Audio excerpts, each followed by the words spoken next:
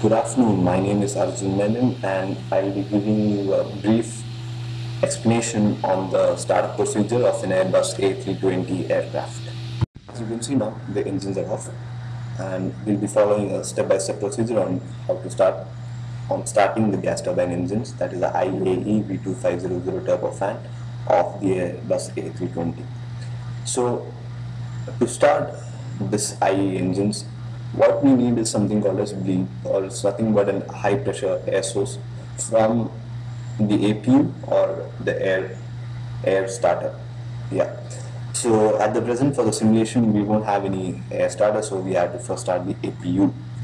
So APU is nothing but the auxiliary power unit, and we have to wait till the flap open. No, it's already come good.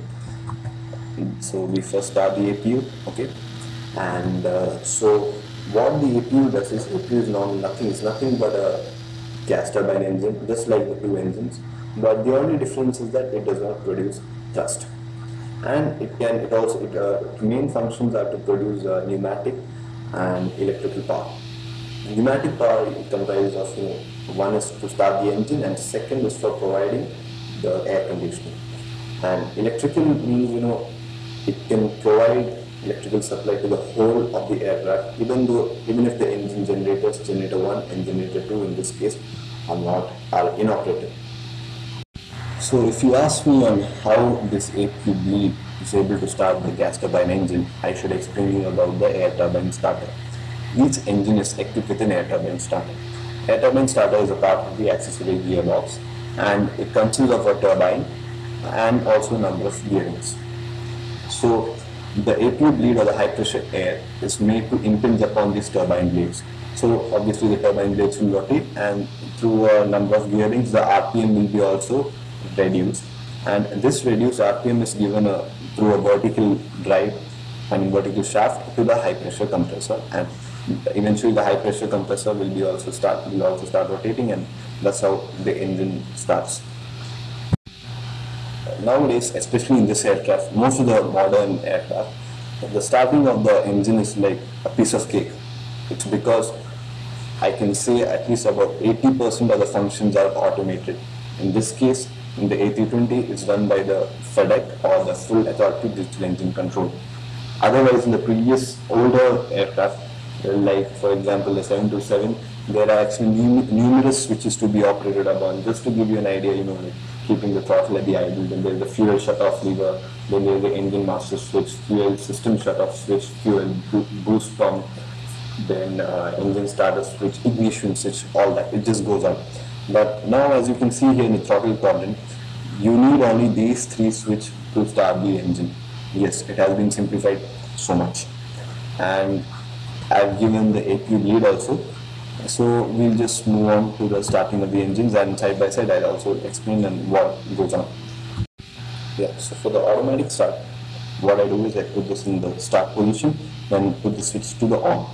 So now you can see that the start valve is open as it's given over here, and in the A320 we have two ignition exciter boxes, system A and B, and now the B1 is active, and you can see that the N2 rotor has lit up.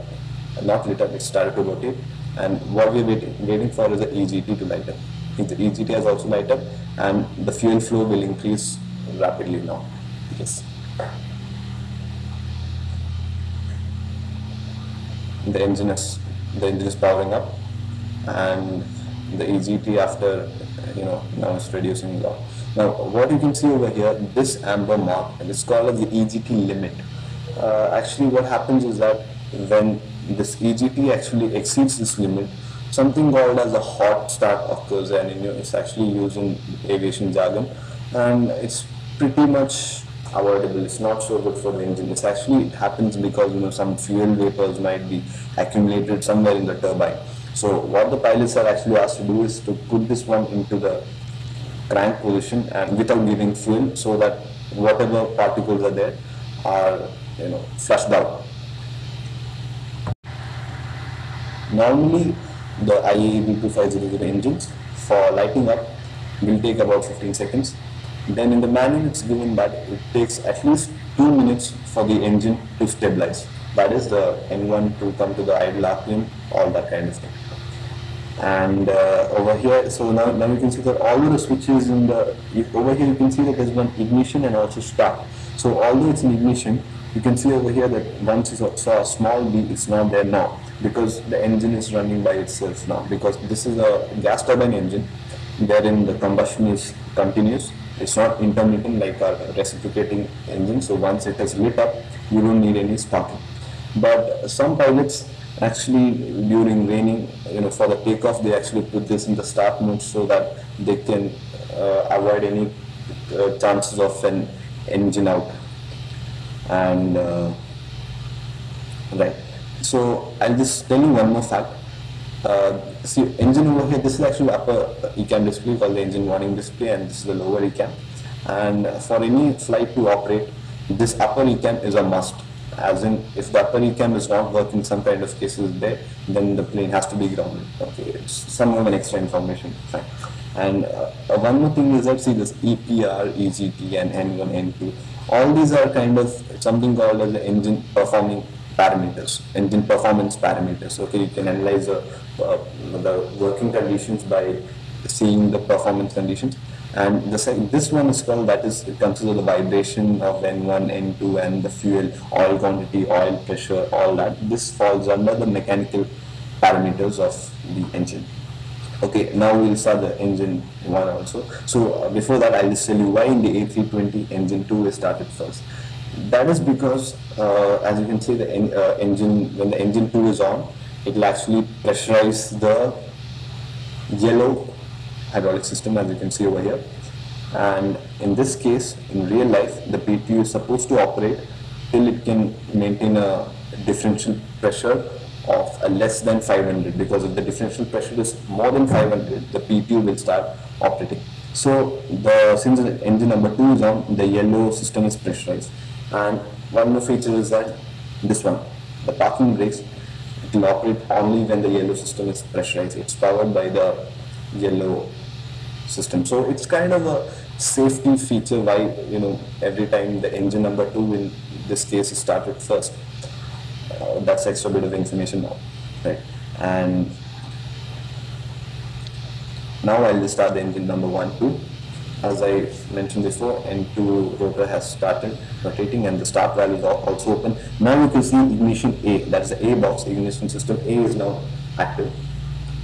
And it goes on like a cycle, A, B, alternate, like that. The EGT, the engine has lit up, EGT is rising, this is the limit, and the fuel flow is also rising. Right, and now we are actually waiting for the engine to stabilize. Actually, I put the throttle to idle, that's a big fault. I should have put in idle, but I forgot. It should be always in idle. Okay, then we have started both the engines, and well, since it's simulation, it took less than 2 minutes for the engines to stabilize. And the start valves are also closed, and we put this back to the normal mode, right? And this concludes the starting procedure of the engine. So I hope you understood something. This is my first video, so if you find a lot of errors, please feel free to comment, do something. Bye bye.